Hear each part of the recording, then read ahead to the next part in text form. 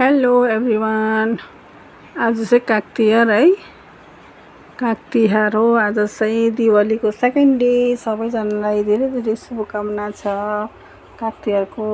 यो चाहिँ लोटस है, लक्ष्मी माँको प्यारो चिज लोटस है। र आज चाहिँ आयुर्वेदिकको बर्थडे है।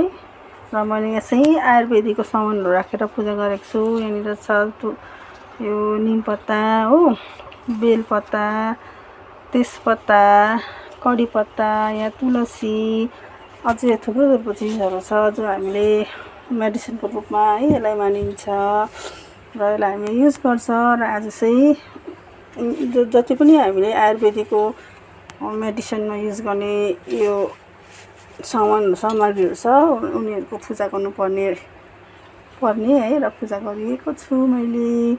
हवस् त साथीहरू, तपाईँहरूले के गर्नुहुँदैछ आज? कोही बजार गएर बिजी हुनुहुन्छ होला। म चाहिँ सफा सुग्घर गर्दैछु र आज चाहिँ बजार जानु भ्याएको छैन। हवस् त एभ्रिवान, बाई बाई।